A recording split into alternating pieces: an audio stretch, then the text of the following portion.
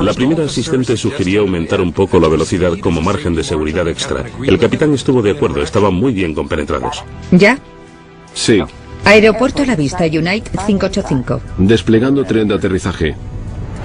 La primera impresión era, en cualquier caso, que una tripulación muy profesional se había topado con un imprevisto.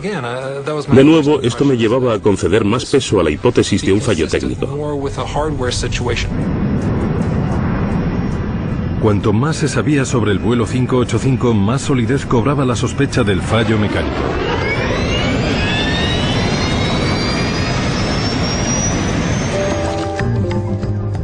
Cada vez cobraba más vigor la posibilidad de que el avión hubiera sufrido un problema catastrófico en los controles de vuelo. Los investigadores enseguida empezaron a sospechar del timón de cola. Después de descartar el fallo en otras superficies flexibles de control de vuelo que pensábamos que podía haber contribuido al vuelco, empezamos a encontrarnos en el timón de cola. Levántalo para que pueda echarle un vistazo. Los investigadores empezaron a examinar el timón de cola sobre el terreno, pero la violencia del impacto complicaba extremadamente la tarea. No queda casi nada. La mayor parte de las piezas del avión estaban demasiado dañadas o quemadas como para realizar pruebas con ellas. Pero aún quedaba un componente vital razonablemente en buen estado: la unidad de control de potencia, o PCU, por sus siglas en inglés. Utilizada constantemente durante el vuelo y sobre todo para los aterrizajes, la PCU funciona como la dirección asistida de un coche.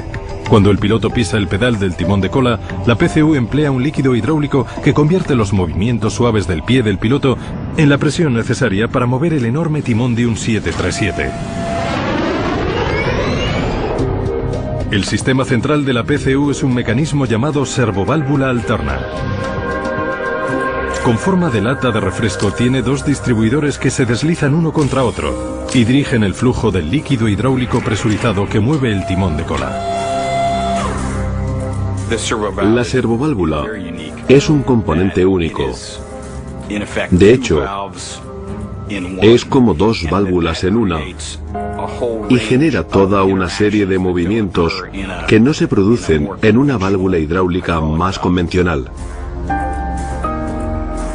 Cuando el técnico abre la PCU, encuentra briznas de metal flotando en el líquido hidráulico. El descubrimiento es inquietante. Estas partículas podrían haber atascado la servoválvula e impedido con ello que el piloto pudiera accionar el timón de cola del avión. La perspectiva es escalofriante. ¿Habría podido un fallo ínfimo hacer caer a plomo un avión de 38 toneladas? Para Phillips no era nada fácil de determinar. Aunque se encontraban en mejor estado que los demás restos, la PCU y la servoválvula también presentaban daños. El avión se estrelló y se quemó en un espacio muy pequeño, y los elementos de control de vuelo y demás componentes que teníamos que estudiar, que analizar, presentaban múltiples daños. Cuanto peor sea el estado de los componentes, más difícil es tomar medidas y realizar las pruebas de rutina. Para analizar lo que sí podía, Phillips viaja a California a los laboratorios de Parker Hannifin, donde se había fabricado la unidad de control del timón de cola.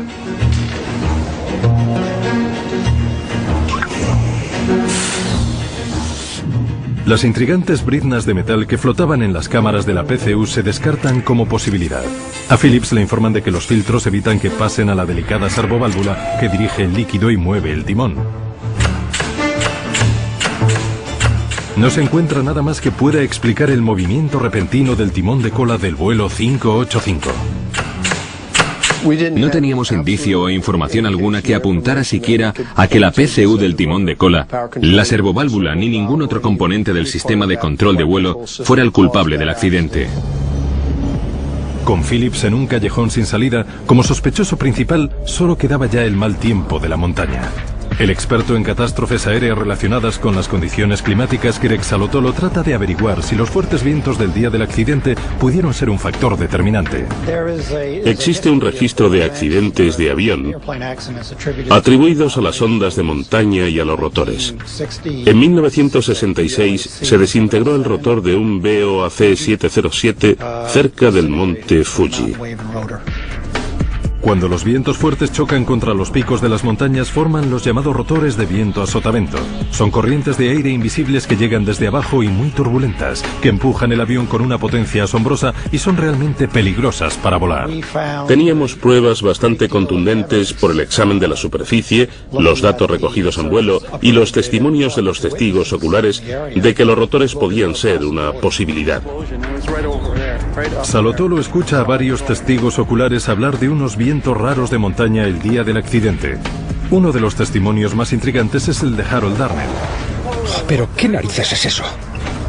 Cuyo camión se vio frenado por una potente ráfaga de aire momentos antes de que el 585 se estrellara. Pero a medida que Greg Salotolo indaga en los indicios, la teoría de que un viento rotor hiciera caer el avión del cielo se antoja cada vez menos probable. No había pruebas en el registro de los datos de vuelo del 585 de que hubieran sentido ese viento. Lo que la grabadora de vuelo registró fue una brusca y mortal pérdida de altura mientras el avión se acercaba a tierra.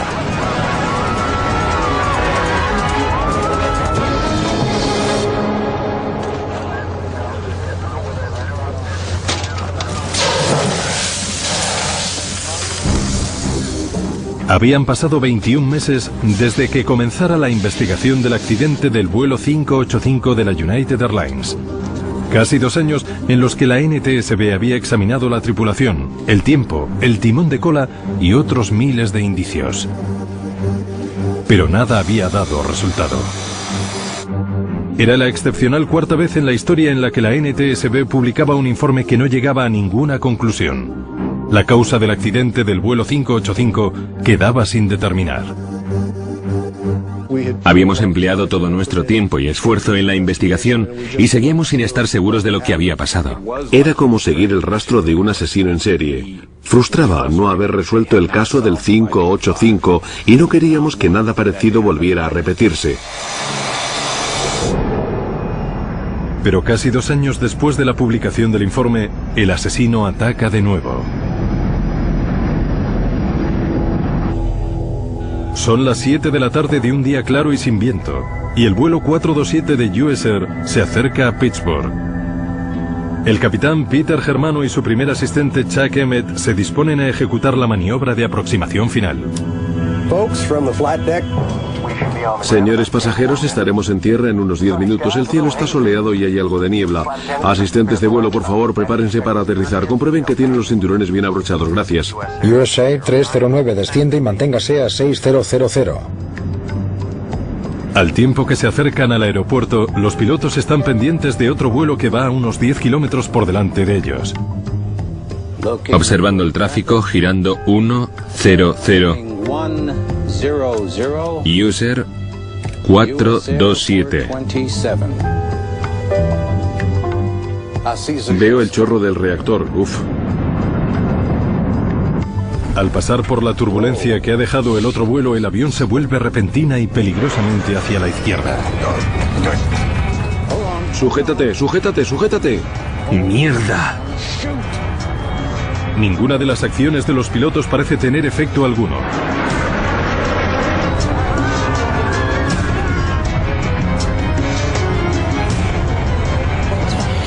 ¿Pero qué es esto? ¿Qué pasa? ¡Mierda!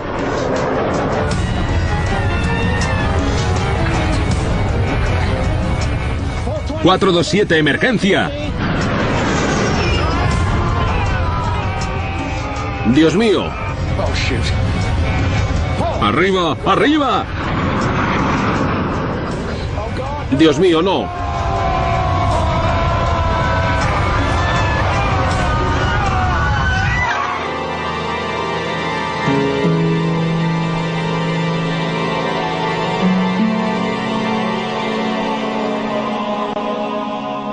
El equipo de rescate llega rápido, pero desgraciadamente el destino del vuelo 427 está claro. No hay esperanza ni para los 132 pasajeros ni para la tripulación. La masacre humana es tal que las autoridades declaran la zona del accidente de riesgo para la vida. El accidente del 427 de US Air fue el primer accidente de avión en Estados Unidos para cuya investigación se utilizaron trajes de protección especial y eso lo complicó aún más. Eran incómodos y daban mucho calor. Desde entonces, cada vez que me pongo unos guantes de goma, recuerdo el accidente de Pittsburgh. El capitán John Cox, piloto de 737 y especialista en sistemas de vuelo de la Asociación de Pilotos de Líneas Aéreas, fue requerido para unirse al equipo de investigación del accidente del 427.